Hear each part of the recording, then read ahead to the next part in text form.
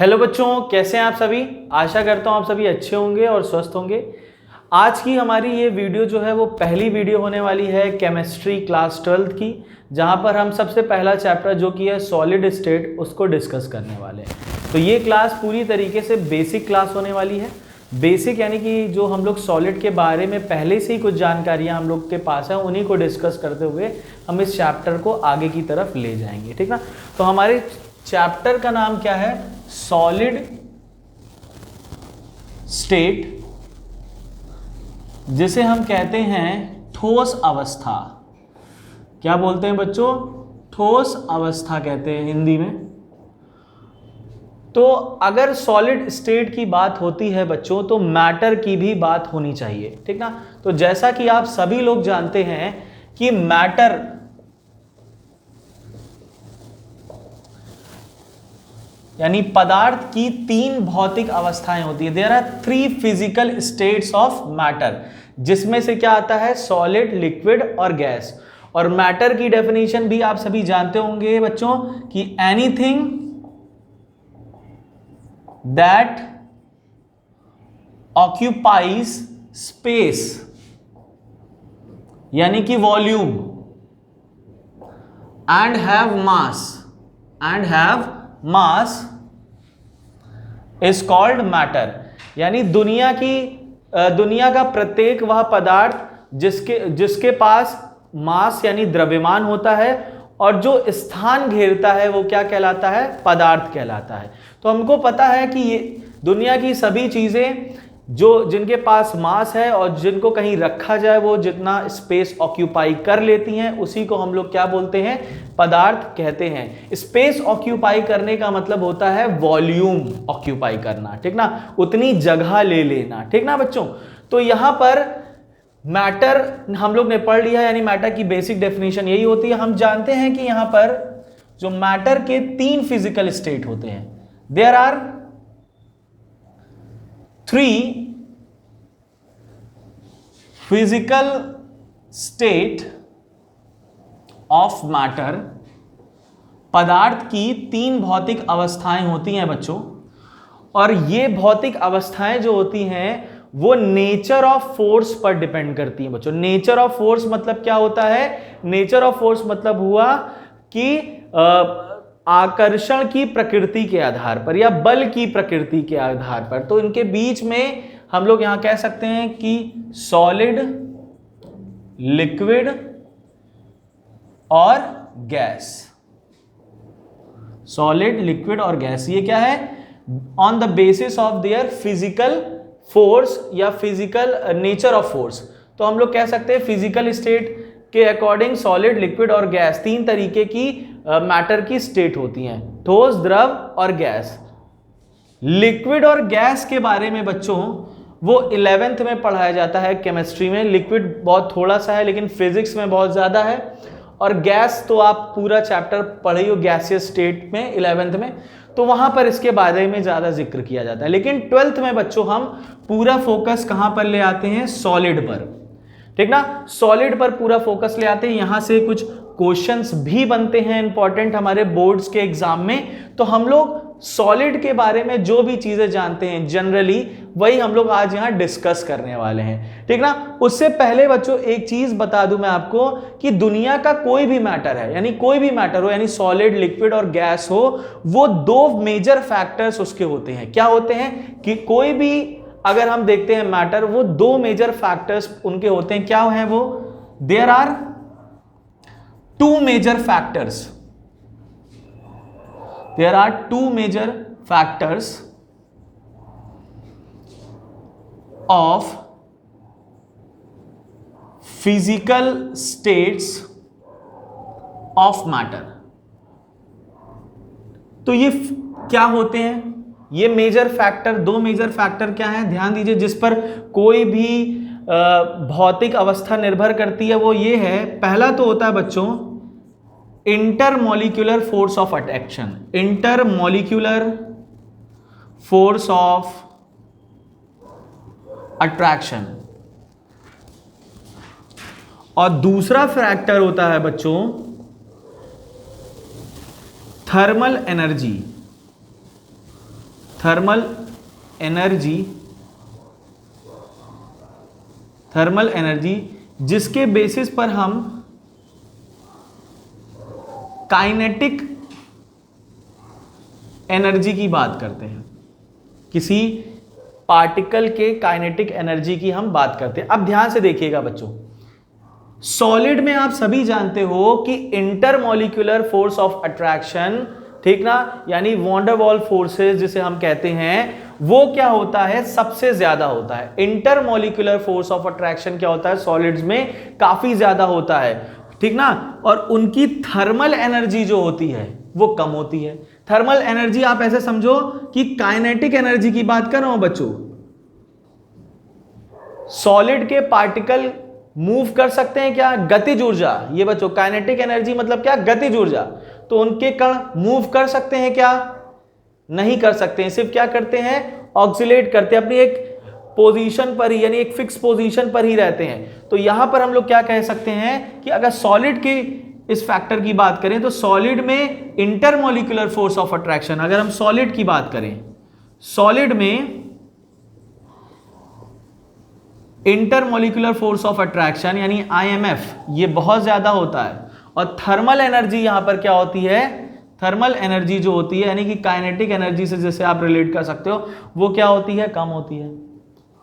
अगर लिक्विड में आओगे, लिक्विड में जो इंटरमॉलिक्यूलर फोर्स ऑफ अट्रैक्शन या थर्मल एनर्जी की बात करोगे तो वो मॉडरेट होता है, ठीक ना तो बहुत ज्यादा होता है ना बहुत ही कम होता है, मॉडरेट, बीच वाला।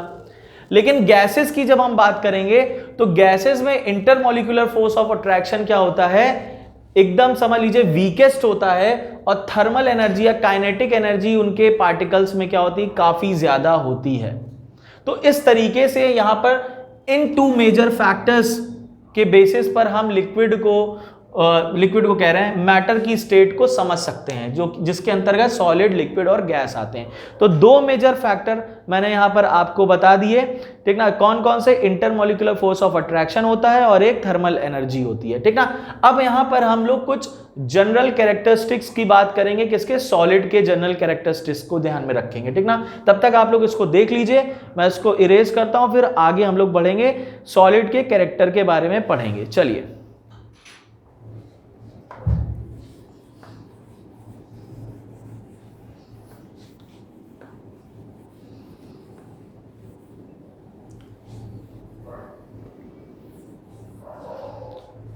चलिए बच्चों, तो हम लोग हेडिंग डाल लेते हैं,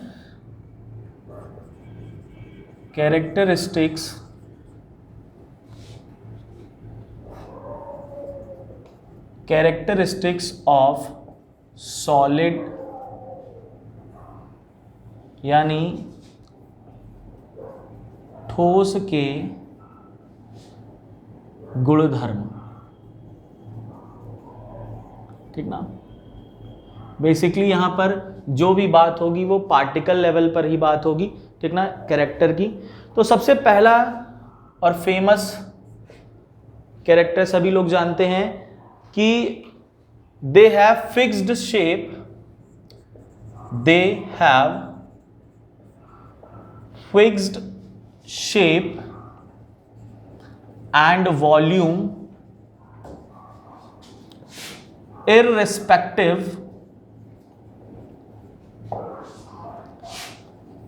of the shape of the container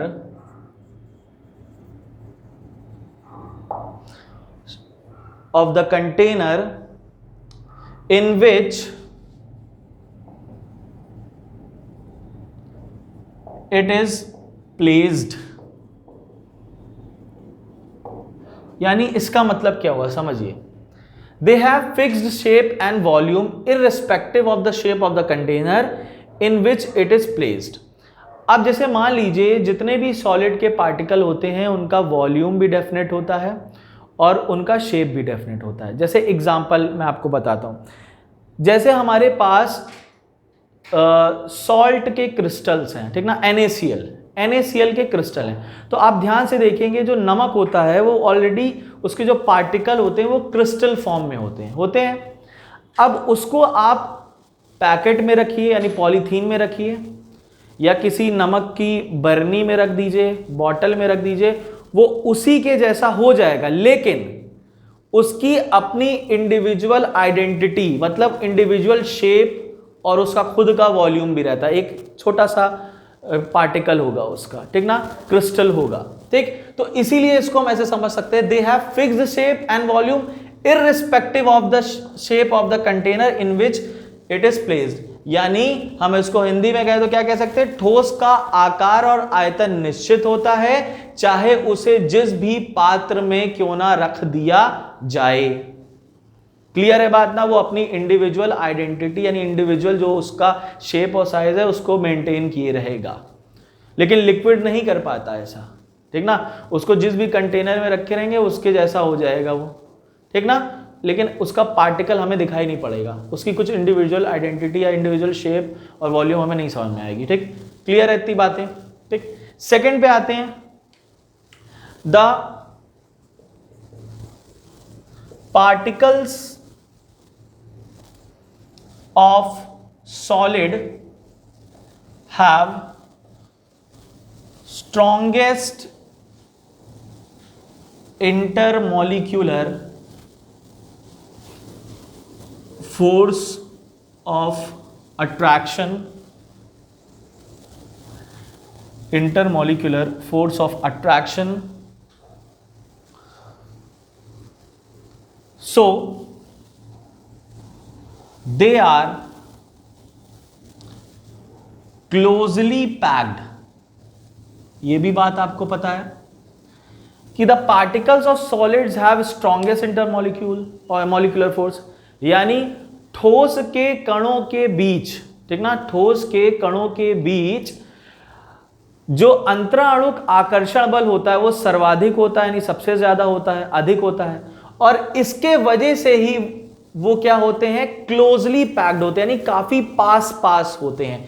आपने देखा होगा इनका अरेंजमेंट क्या होता है, काफी पास पास ऑर्डरली अरेंज होते हैं, एक पैटर्न में अरेंज होते हैं, ठीक ना, ये इस तरीके से।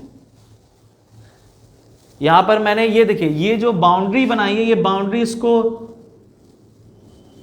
फिक्स नहीं करती है कि इतना ही होगा, ये इसका अरेंजमेंट ही ऐसा होता है कि बाउंड्री हमें, अगर बाउंड्री इसके चारों तरफ बनाएं, आउटलाइन करें हम, तो एक फिक्स्ड पैटर्न या फिक्स्ड शेप मिलेगा, जैसे हमने यहां पे अगर ऐसे कर दिया तो, ठीक ना।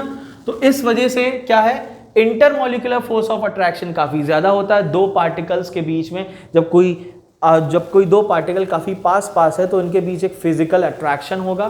फिजिकल अट्रैक्शन यानी वो इंटरमॉलिक्यूलर फोर्स ऑफ अट्रैक्शन हो सकता है, और इस वजह से कोई पार्टिकल क्या होते हैं, काफी पास पास अरेंज होते हैं, क्लोजली पैक्ड होते हैं, ठीक ना। क्लियर है इतनी बातें। चलिए नेक्स्ट, दूसरी बात, अगली जो बात है वो इसी से रिलेटेड है। क्या, due to very close packing, due to very close packing,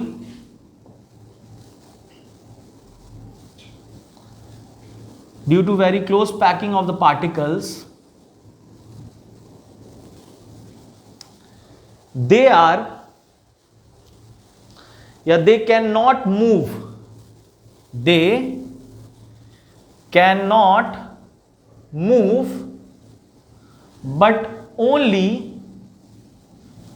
vibrate or oscillate at their position, at their position, ठीक। अब इस बात का क्या मतलब हुआ, हमने बताया इंटरमॉलिक्यूलर फोर्स ऑफ अट्रैक्शन काफी ज्यादा है, इस वजह से क्लोजली पैक्ड है। क्लोजली पैकिंग होने के वजह से इसके पार्टिकल कहीं पर भी मूव नहीं करेंगे, कहीं पर इधर उधर भागेंगे नहीं, बल्कि अपने ही पोजीशन पर क्या रह करके क्या करेंगे, ऑक्सिलेट करेंगे या वाइब्रेट करेंगे, हल्का हल्का इनमें वाइब्रेशन होगा। जैसे मान लीजिए आप किसी बस में हैं या मेट्रो में है, ठीक ना, दिल्ली में तो मेट्रो से लोग काफी आना जाना करते हैं और वहां पे बैठने की जगह नहीं होती, सब खड़े खड़े यात्रा करते हैं बच्चों। तो मान लीजिए अगर मेट्रो किसी स्टेशन पे रुकी या बस पे जा रहे हो, बस में आप पकड़ के खड़े हुए हो हैंडल, और इतनी रश है कि आगे पीछे कोई भी जगह नहीं बची हुई है आपको हिलने डुलने की, तो अगर ब्रेक लगा तो आप क्या करोगे? ब्रेक लगेगा तो आप हल्का सा आगे मूव हो गए, यानी आगे वाले पार्टिकल को क्या किया? हल्का सा धक्का मारा, यानी आगे वाला जो व्यक्ति होगा उसको हल्का सा पुश किया, या पीछे जाओगे। तो इसका मतलब क्या? इसका मतलब ये हुआ कि आपका पैर कहीं आगे पीछे हो रहा है क्या? मूवमेंट हो रहा है क्या? नहीं, सिर्फ आप ऑक्सिलेट कर रहे हो, यानी अपनी पोजीशन पर ही खड़े रह के क्या कर रहे हो? हिल डुल रहे हो। तो उसी तरीके से पार्टिकल भी क्या कहते हैं? क्लोजली पैक्ड होने की वजह से सिर्फ अपनी पोजीशन पर ही रह करके वाइब्रेट या ऑक्सिलेट करते हैं। इनके पास, जैसे मैंने पहले भी बताया था, थर्मल एनर्जी है नहीं, यानी काइनेटिक एनर्जी इनकी क्या है? काफी वीक है, फोर्स ऑफ अट्रैक्शन काफी ज्यादा है। तो इस वजह से ये क्या करते हैं? ये अपनी पोजीशन पर ही रह करके वाइब्रेट करते हैं या ऑक्सिलेट करते हैं। क्लियर है बच्चों? इतनी बातें ये समझ में आ गया? तो हम लोग इसको हिंदी में क्या कह सकते हैं कि पास पास जुड़े होने के कारण ठोस के कण कहीं भी जा नहीं सकते, बल्कि अपनी ही स्थिति पर रहकर वो कंपन करते हैं। देखना, फिर से बोल दे रहा हूं कि पास पास जुड़े होने के कारण ठोस के कण इधर उधर गति नहीं कर सकते हैं, बल्कि वे अपनी ही स्थिति पर रहकर सिर्फ कंपन करते हैं। क्लियर है बच्चों? ध्यान से देख लीजिए, ध्यान से देख लीजिए इसको। तो अगले पॉइंट पर आते हैं। अगला पॉइंट है they are rigid and hard.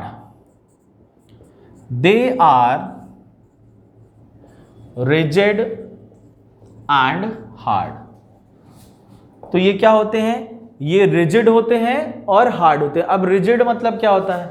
Rigid मतलब होता है अपने शेप को मेंटेन करने की प्रॉपर्टी, रिजिडिटी कहलाती है। ठीक ना? ठीक ना? रिजिड होना, यानी इसको बोल सकते हो हिंदी में कहो कि ये ठोस टाइप का, ठोस या कठोर। तो they are rigid and hard. तो ये क्या होते हैं? ये ठोस होते हैं और कठोर होते हैं। रिजिड मतलब क्या हुआ? अपने शेप को मेंटेन करने की प्रॉपर्टी रिजिडिटी कहलाती है। तो क्यों मेंटेन करेगा? सीधी सी बात है, फिर वही पुरानी बात पे आ जाओ, क्या कि इंटरमॉलिक्यूलर फोर्स ऑफ अट्रैक्शन काफी तगड़ा वाला है, क्लोज पैकिंग है, इस वजह से ये अपने शेप को मेंटेन करेंगे, यानी रिजिड होंगे। और जब कोई चीज रिजिड है तो वो हार्ड भी होगी। क्लियर है बच्चों इतनी बातें? ठीक, देख लिया आप लोगों ने? ध्यान से देख लीजिए सारे के सारे पॉइंट। इसके बाद जो नेक्स्ट पॉइंट आता है बच्चों, वो आता है it do not have fluidity. It do not have fluidity, यानी इनमें बहने का गुण नहीं पाया जाता है। फ्लूइडिटी मतलब क्या होता है? बहने का गुण, बहने की प्रॉपर्टी। ठीक ना? अब क्यों नहीं बह सकते? रीजन आपको साफ साफ पता ही है, सारे रीजन आपको क्लियर है। क्यों? क्योंकि इंटरमॉलिक्यूलर फोर्स ऑफ अट्रैक्शन ज्यादा। ठीक ना? क्लोजली पैक्ड, तो इनके पार्टिकल कहीं मूव करेंगे नहीं। जब मूव नहीं करेंगे तो अपनी पोजीशन पर रह के वाइब्रेट करेंगे। जब वाइब्रेट करेंगे तो बहेंगे कहां से? ऐसा होता है क्या कि ये मार्कर है, मैं इसको यहाँ पर पोडियम पर रख के चला गया ऊपर, तो मैं सवेरे आके देखता हूँ कि वो नीचे वहाँ पड़ा रहेगा या कहीं और उड़ के चला गया। ऐसा होता है क्या? नहीं।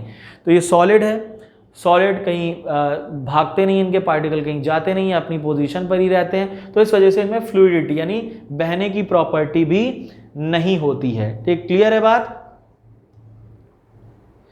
इसके बाद इसी से रिलेटेड है, डिफ्यूजन से ही 6 पॉइंट है, they have least tendency of fusion. Fusion कह रहा हूं, diffusion. They have least tendency of diffusion. अब हिंदी में क्या कहेंगे इसको कि ठोस में विसरण की प्रकृति ना के बराबर होती है। अब डिफ्यूजन मतलब क्या होता है समझिएगा। डिफ्यूजन मतलब एक तरीके से कह सकते हो कि आपको, अगर हम गैसेस की बात करें बच्चों, तो गैस में डिफ्यूज होने की प्रॉपर्टी ज्यादा होती है। मतलब क्या कि कोई चीज अगर हायर कंसंट्रेशन एरिया में है तो वो लो कंसंट्रेशन एरिया की ओर मूव कर जाती है। जैसे समझिए एक डीओ की बॉटल है, उसके अंदर जो गैस के पार्टिकल हैं, तो वो गैस के पार्टिकल जो डीओ की बॉटल के अंदर है वो वहां पर हायर कंसंट्रेशन में है। और इन्वायरमेंट यानी अगर हम रूम में जब उसको स्प्रे करते हैं या अपने ऊपर स्प्रे करते हैं तो वो स्प्रेड होते हैं, यानी हाई कंसेंट्रेशन से कहां जा रहे हैं, लो कंसेंट्रेशन की तरफ जाते हैं, और उनको जहां जहां स्थान मिलता वहां वो फैल जाते हैं, यानी वो पूरे कमरे में महकने लगेगा। जहां आप जाएंगे, अगर आप यहां डीओ लगा रहे हैं तो आगे वाले कमरे तक जाएगा महक। क्यों? क्योंकि उनकी डिफ्यूजन प्रॉपर्टी ज्यादा होती है। क्यों? फिर वही पुरानी बात याद करना, इंटरमोलिकुलर फोर्स ऑफ अट्रैक्शन सबसे वीकेस्ट, इस वजह से वो डिफ्यूज हो जाते हैं। और इंटरमोलिकुलर फोर्स ऑफ अट्रैक्शन इनका तगड़ा होता है, किसका? सॉलिड का, इसलिए इनमें डिफ्यूजन की प्रॉपर्टी लीस्ट होती है, यानी सबसे कम होती है, ना के बराबर होती है। ठीक, फटाफट देख लीजिए, इसको देख लीजिए। तो मैं इसको इरेज करके कुछ और चीजें आपको बता देता हूं। लिख लीजिए, स्क्रीनशॉट ले लीजिए। हो गया बच्चों? चलिए इसको इरेज करते हैं, आगे बढ़ते हैं।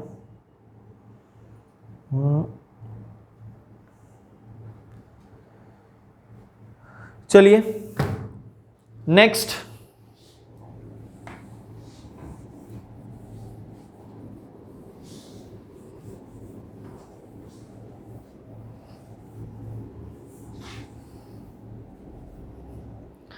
नेक्स्ट प्रॉपर्टी है they have least compressibility. Seventh, they have least compressibility, इसको कहते हैं संपीड़िता।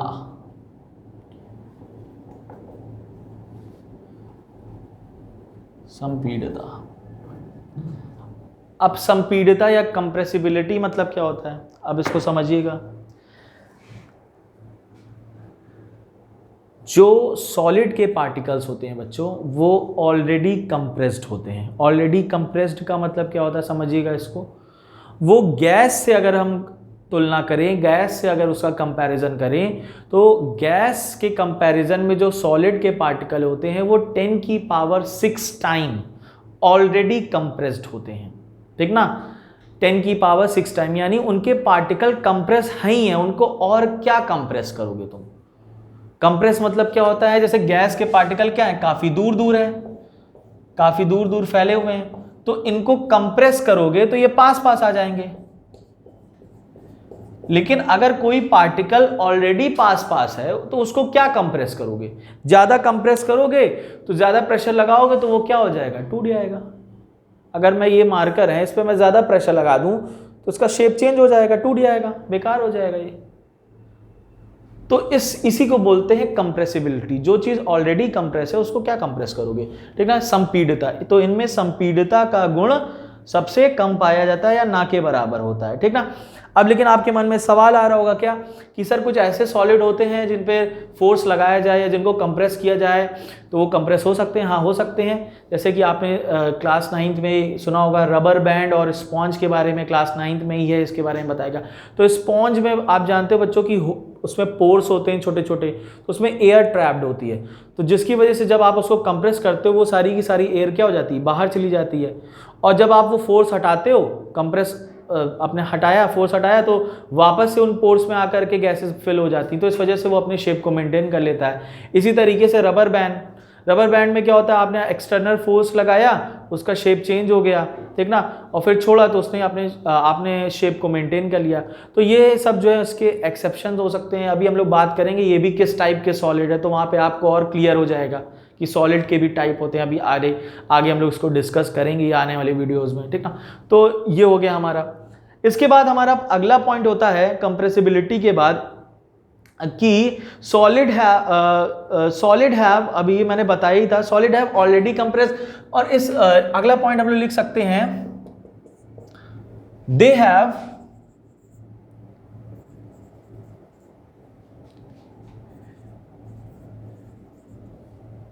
Highest density. अब डेंसिटी मतलब क्या होता है, घनत्व।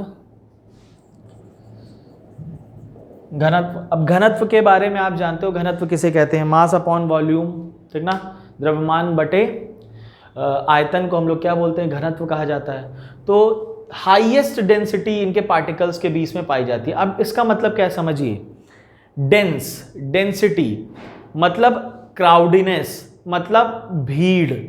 अब समझिएगा, अगर हमारे पास कोई एरिया है, समझना, अभी मैं जनरल बता रहा हूं, हमारे पास अगर कोई एरिया है, एक पर्टिकुलर एरिया है, वहां पर किसी पार्टिकल का क्राउडीनेस, भीड़ ज्यादा है, तो उसकी डेंसिटी ज्यादा होगी।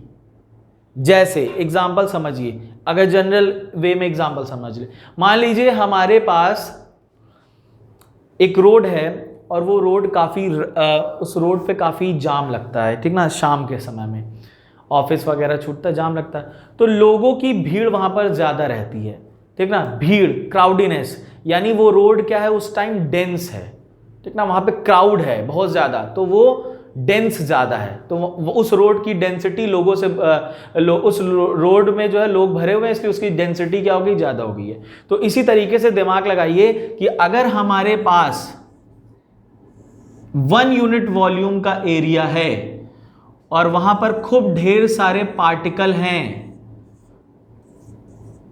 और पार्टिकल का कुछ ना कुछ क्या होगा, अपना अपना मास भी होगा, तो जितनी ज्यादा भीड़ उतनी ज्यादा डेंसिटी।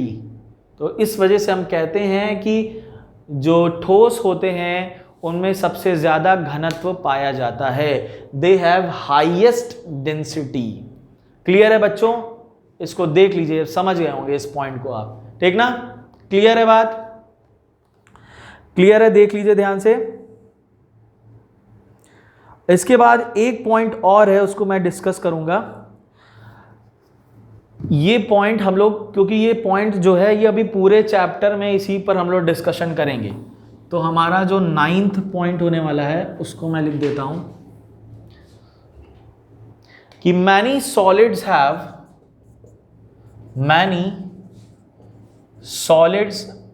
have crystalline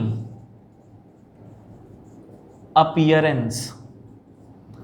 बहुत से सॉलिड ऐसे होते हैं जिनका क्रिस्टलाइन अपीयरेंस होता है, and have definite patterns of arrangement, definite patterns of arrangement. अब ये वाली जो बात यहां पर लिखी गई है बच्चों, ये अभी बहुत इंपॉर्टेंट है। एक चीज और इसमें हम लोग ऐड कर सकते हैं, they have definite patterns of arrangement and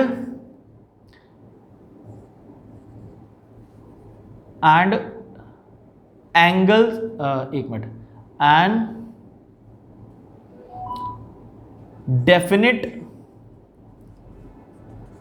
angles and length. अब ध्यान से देखिएगा, अभी हम लोग बच्चों अभी क्लासीफाई करेंगे मैटर को, तो वहां पर हम जानेंगे कि कई दो तरीके के मैटर्स होते हैं, क्रिस्टलाइन और एमॉर्फस। अभी आगे बात होगी नेक्स्ट वीडियो में। तो ये बात उसी से रिलेटेड क्या है कि many solids have crystalline appearance.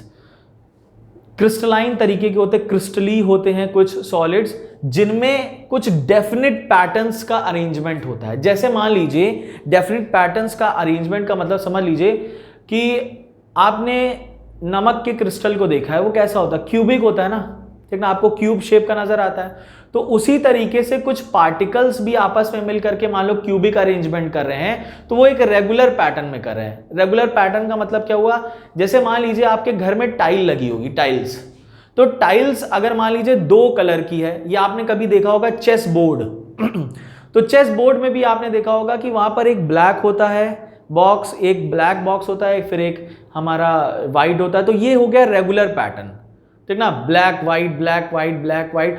तो इसी तरीके से ब्लैक वाइट सीधे भी है, लेफ्ट में भी है, ठीक ना, इधर भी। तो इसी तरीके से ये रेगुलर अरेंजमेंट होता है किसी क्रिस्टल का। मान लीजिए वो क्रिस्टल क्यूबिक है तो उसका रेगुलर अरेंजमेंट है, यहां सीधे जा रहा है, यानी तीनों डायमेंशन में चल रहा है, ठीक ना, उसकी हाइट भी है, लेंथ भी है और ब्रेथ भी है, ठीक ना, तीनों डायमेंशन में वो चल रहा है, तो वो रेगुलर अरेंजमेंट हो गया। और जब रेगुलर अरेंजमेंट हो गया तो वहां पर वो कुछ एंगल्स भी क्रिएट कर रहा होगा और कुछ उसकी डेफिनेट लेंथ भी होगी, यानी कुछ उसकी लेंथ होगी वहां पर, ठीक ना, उन क्रिस्टल्स में, और उनके कुछ क्या होंगे, एंगल्स भी होंगे। तो ये सारी चीजें आपको समझ में आ जाएंगी। ये सिर्फ एक लाइन लिखी हुई है तो इसको मैं आपको समझाने की कोशिश कर रहा था, ठीक ना। इसको हम लोग समझेंगे अपनी नेक्स्ट वीडियो में, जहां पर हम इसके आगे की बात यानी पूरी क्रिस्टलाइन और एमॉर्फस सॉलिड की बात ही करेंगे।